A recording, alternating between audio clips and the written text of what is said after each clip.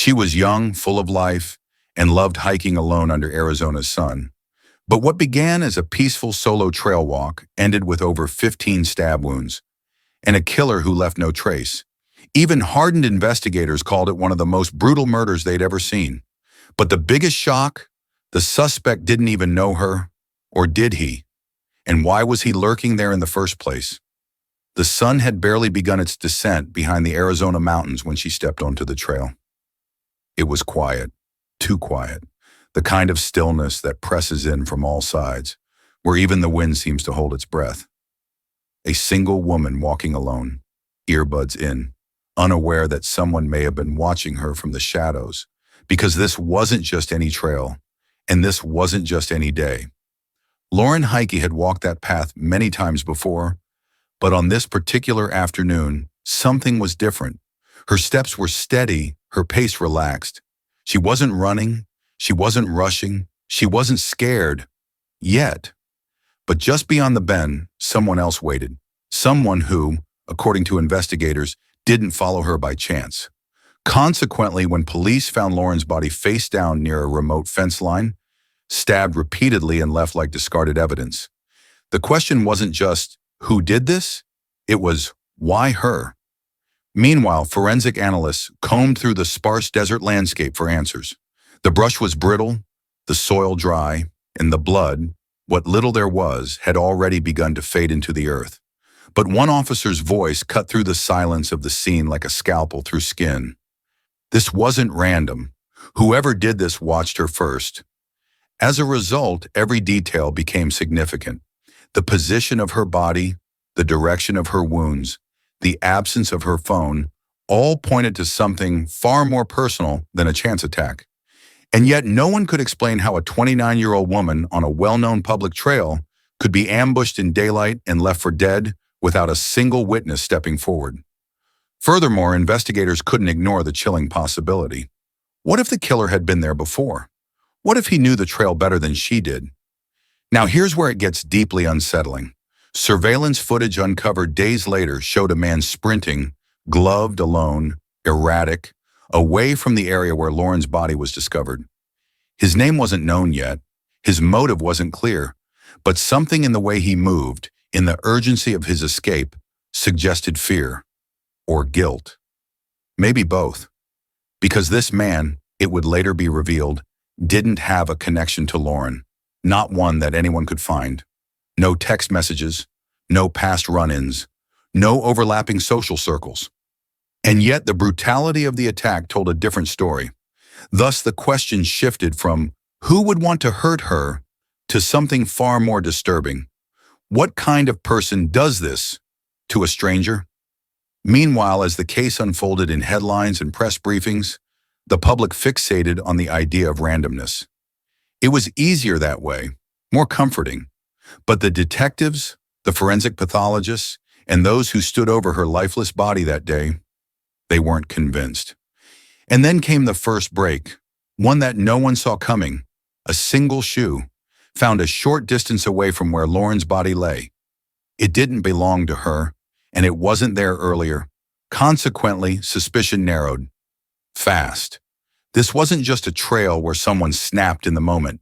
This was a place where someone prepared to kill. Because while Lauren's walk began like any other, it would end as one of the most brutal murders in Scottsdale's recent history. Not just for the violence, but for the precision. Not just for the aftermath, but for what it suggests about the mind behind it. And now the central mystery begins to unfold. Was this a random act of cruelty? Or was Lauren Heike targeted long before she ever stepped onto that trail? The next scene didn't begin with blood or weapons. It began with her smile and a life full of promise, now gone. By all appearances, Lauren Heike lived a life filled with light. She was 29, a certified medical esthetician, a lover of nature, fitness, and long walks under the desert sun. Her social media reflected that. Sunlit selfies, trail photos, gratitude quotes, and snapshots with her small circle of friends. She smiled easily, she spoke softly, and she believed above all else in faith. Because her Christian spirituality wasn't just a belief, it was the core of how she moved through the world. Her family described her as empathetic to a fault. She wrote in her journal almost daily. She prayed before every major decision, and she often told her mother, "I just want to help people feel beautiful and safe." Meanwhile, Lauren was building a quiet life for herself in Scottsdale. New job, new apartment, fresh start. She had recently moved from Washington, chasing the sun and a sense of independence she hadn't fully known before. But as her new life took shape, a subtle pattern began to emerge, one easy to miss unless you were looking closely. Consequently, those closest to her began noticing something off. She seemed watchful during her walks. She locked her car doors quickly, even in broad daylight. In one text to a friend, sent just weeks before her murder, she mentioned a man she thought had followed her during a previous hike. She brushed it off. Maybe it was nothing, but she changed her trail routine after that. Furthermore, Lauren was known to hike alone, often during off-peak hours. She said it helped her reset, clear her thoughts, connect with God. But in doing so, she made herself visible, predictable, vulnerable. Because patterns create opportunity, and predators look for patterns. Her mother later recalled a strange moment during a phone call just days before her death. Lauren paused mid-conversation and whispered, "Hold on. I think someone's behind me." A few seconds passed. She laughed it off. "Never mind, it's just another jogger." But her voice, her mother says, was tight, uncertain. And then there was the playlist. Investigators found her phone near the scene, damaged but intact enough to reveal one final clue. A music app, paused mid-song. She had been listening to worship music. Thus, in her final moments, she was likely calm, centered, unaware that someone was already closing in. Parallel to her spiritual depth, Lauren also carried a quiet unease. Parallel to her kindness, she possessed caution. Parallel to her independence, there was isolation. So the question must be asked, one that haunts both investigators and her loved ones to this day. Was Lauren being followed before the day of her murder? And if so, for how long? It was a warm Friday afternoon on April 28th, the kind of day when the Arizona sun melts into the golden scrubland and locals flock to the quiet trails behind their homes. The Desert Vista Trail, tucked behind a gated Scottsdale community, wasn't a dangerous place. It was manicured, marked, and surrounded by luxury. But just beyond the trailhead, where brush grows taller than a man and the silence stretches far too long, Lauren Heike's body was hidden in the sand, curled unnaturally, her face turned toward a rusted barbed wire fence. Because of how far she was from the main path, nearly 30 feet into dense terrain, her body wasn't discovered for nearly 24 hours. A passerby spotted something strange, a dark shape against the dusty ground, partially obscured by brittle vegetation. When first responders arrived, what they saw stopped them cold. She was face down, her arms scraped, her hands bloodied. The skin on her back bore multiple stab wounds, deep, ragged, and clustered. Meanwhile, there was no sign of her phone, no wallet, no immediate evidence of a robbery. Yet none of her jewelry was taken. Her leggings were torn. Her shoes were flung several feet apart. The attack had been sudden, and it had been vicious. Consequently, detectives quickly ruled out a random mugging. It was overkill. Her injuries weren't chaotic. They were targeted, repetitive, brutal. Furthermore, forensic teams noted something chilling. The stab wounds were primarily to her back, suggesting she was running or trying to. And the way her body had landed, knees bent and one shoe missing, suggested a chase, a struggle, a fall, and then silence. As a result, law enforcement began to ask a deeply unsettling question. Why would someone choose this specific location, so isolated, yet so close to a busy community? And how did no one hear a scream? Because this wasn't just an act of violence, it was an ambush. A timeline would later reveal that the attack occurred around 10:30 a.m., broad daylight, and still no one reported hearing anything unusual. No shouts, no footsteps, no car speeding off. Parallel to the sunny serenity of the neighborhood was a brutal contradiction. 15 seconds of horror that ended with Lauren, silent, bleeding, and alone. By the time searchers found her, it was too late for help, but not too late for questions. And the most disturbing of all, had her killer planned every second of it? 3 days after Lauren Heike's body was found, investigators released a blurry surveillance video. The footage was short, less than 10 seconds, but every frame pulsed with urgency. A tall figure in black sprinted through a neighborhood near the trail. His stride was frantic. His head turned slightly, scanning behind him. Most notably, he wore gloves. On a day when the Arizona heat pressed over 90 degrees, because of a tip from a local resident who recognized the gait, the man in the video was soon identified. Zachary Huff, 22 years old, recently homeless, and deeply disturbed. Meanwhile, as detectives combed through his background, a pattern began to emerge. This wasn't his first encounter with law enforcement.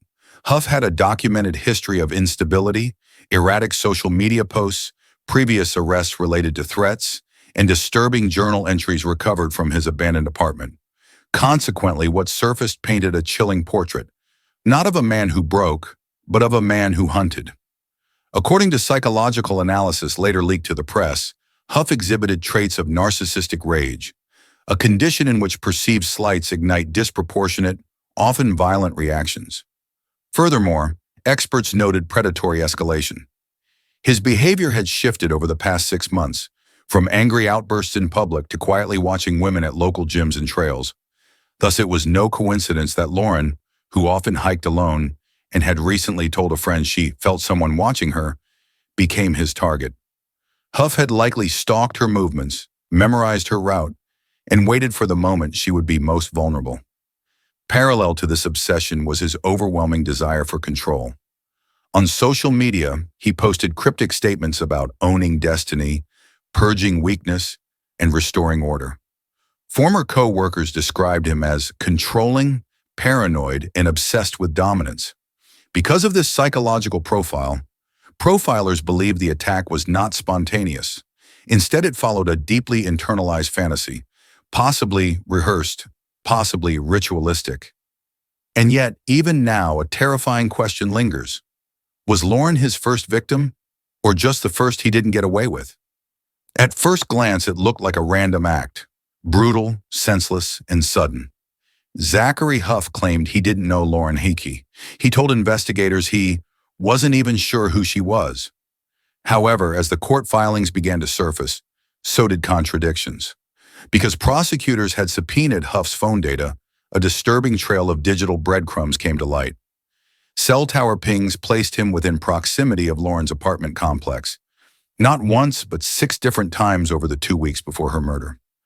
Furthermore, a deeper analysis of his search history revealed he had looked up quiet desert trails in Scottsdale and how to move unseen late at night. He also followed several local fitness influencers whose routines mirrored Lauren's. That's when the prosecution's theory shifted. This wasn't opportunistic. It was calculated. Meanwhile, multiple women came forward, some anonymously, to report unsettling encounters on that same trail. One woman described hearing footsteps behind her that would stop when she stopped. Another recalled seeing a man duck behind a bush after locking eyes with her from across the field. None of these incidents were ever formally connected, until now. As a result, the random narrative began to unravel. Huff may not have known Lauren personally, but that didn't mean he hadn't watched her. His fixation didn't require conversation.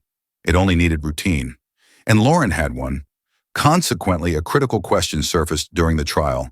Did Lauren and Zachary ever speak? One acquaintance of Lauren's told police she remembered her mentioning a weird guy who kept showing up near the mailbox. But the description, tall, thin, dark hoodie, was too vague to confirm. Despite Huff's insistence that she was just a stranger, the circumstantial web continued to tighten. Courtroom analysts noted that his statements during interrogation shifted depending on who was in the room. At one point, he reportedly whispered, "It wasn't supposed to go like that." Parallel to the mounting evidence was the growing realization. If this wasn't random, then Lauren may have been marked well before she ever stepped foot on that trail. But here's where the question turns darker. If he was following her that long, why did no one see it coming? Consequently, the trail that once offered calm now whispers with unease. Every rustle of dry brush feels louder. Every shadow holds weight. Because even though Zachary Huff sits behind bars awaiting trial, He has never offered a motive, not a word of remorse, not even an attempt to explain what triggered that moment of violence. He simply told detectives, "I didn't know her," then fell silent. Meanwhile, Lauren Heike's parents have stepped into the public eye, not out of choice, but out of duty. Her mother's voice trembles as she recalls the moment officers knocked on her door. Her father, stoic yet fractured, tells reporters, "She was sunshine, and someone took her from us like she was nothing." As a result of the murder, Scottsdale authorities have installed more cameras, posted signs, and increased patrols on the trail. Still, the routine continues. Joggers pass through, earbuds in, glancing over their shoulders. Yet the silence lingers, the same silence that surrounded Lauren's final moments. Furthermore, local women have started forming impromptu hiking groups, united not just by fear, but by determination. Lauren's story became a catalyst, a warning, and a question no one knows how to answer. Because even now, the prosecution can't say with certainty why she was targeted. Why this trail? Why that day? Why that violence? What broke loose inside Huff's mind? In profiler terms, the patterns point toward predatory targeting, a man who fixated, studied, waited. His rage wasn't explosive. It simmered beneath the surface, like a ritual waiting for the right moment. And Lauren, by routine or chance, walked straight into it. Parallel to this, the central mystery remains unresolved. Was Lauren Heike's murder truly random, or the end of a long, invisible hunt? And as the camera fades to black, one final question hangs heavy in the air, unanswered, unforgettable. If someone like Zachary Huff can stalk without a trace, strike without warning, how many more are watching right now? If you found this case as chilling as we did, share your thoughts in the comments below. Do you believe Lauren's murder was truly random, or was it the result of a deeper obsession? Don't forget to hit the like button if you want more unsolved mysteries like this one. And if you're new here, subscribe and turn on notifications so you never miss an unsettling story. Stay safe out there, and remember, sometimes the truth hides in plain sight.